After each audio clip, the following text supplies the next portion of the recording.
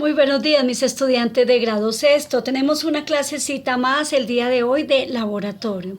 Bien, mis estudiantes, tenemos en laboratorio una guía que ustedes no tienen en casa, pero que deben escribir las preguntas y las respuestas en su cuadernito de laboratorio, luego enviármelas por favor al correo. Bien, el tema de hoy son los textos científicos.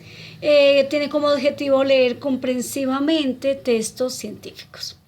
Grado sexto. Bien, nos habla, son textos como informativos sobre lo que es los experimentos que se han logrado y todo eso, lo que se ha hecho en cuanto científicamente. Dice que cuando Fray Bartolomé Arrazola se sintió perdido, aceptó que ya nada podía salvarlo. La selva poderosa de Guatemala lo había apresado implacable y definitiva. Ante su ignorancia topográfica se sentó con tranquilidad a esperar la muerte. Entonces me gustaría para que ustedes quedaran como más, entendieran más, investigaran quién fue Fray Bartolomé Arrazola para que comprendan mejor de qué estamos hablando. Quiso morir allí sin ninguna esperanza, aislado con el pensamiento fijo en la España distante, particularmente en el convento de los Abrojos, donde Carlos V condescendía una vez a bajar de su eminencia para decirle que confiaba en el cielo religioso de su labor redentora.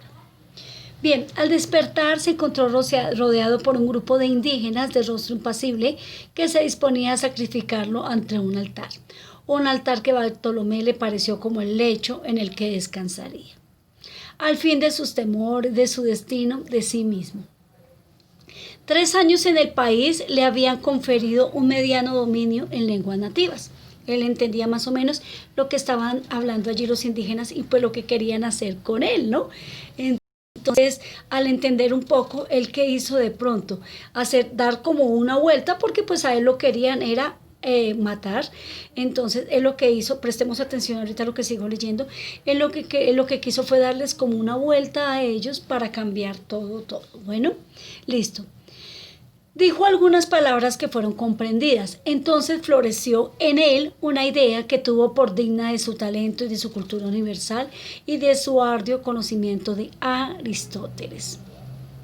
Recordó que para ese día esperaba un eclipse total de sol y dispuso en lo más íntimo valerse de aquel conocimiento para engañar a sus opresores y salvar la vida. Acuérdense que los opresores son los indígenas, ¿verdad? Y salvar la vida. Si me matáis, les dijo, puedo hacer que el sol se oscurezca en su altura. O sea, él pensó como ir más adelante que los indígenas, porque pues eso no lo podría hacer ese hombre, ¿cierto? Fray Bartolomé. Fue que él se le ideó, se imaginó eso en su cabecita, pues para que no lo mataran, ¿verdad? Los indígenas lo miraron fijamente y Bartolomé sorprendió la incredulidad en sus ojos. Vio que se produjo un pequeño consejo, se reunieron los indígenas y esperó confiado, no sin cierto desdén, con cierta preocupación. 2 horas después, el corazón de Fray Bartolomé Arrazola chorreaba su sangre venenamente sobre la piedra de los sacrificios.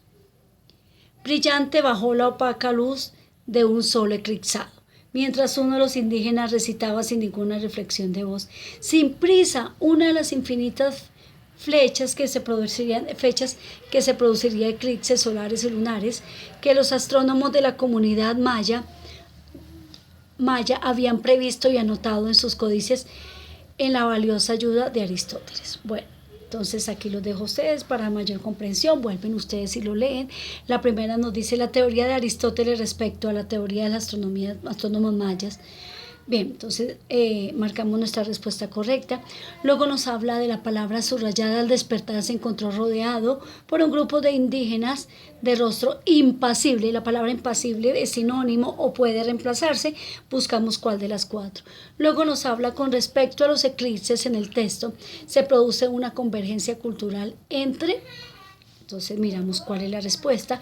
La cuarta es la piedra del sacrificio mencionada en el texto corresponde. La quinta, la narración de Monterroso tiene como título El eclipse. ¿Por qué? Bien, mis estudiantes, entonces ustedes allí van a desarrollar esto. Van a escribir estas 5 preguntas en su cuadernito y la respuesta final. Mi Dios los bendiga, un feliz día. Y luego me envían al correo. Bueno.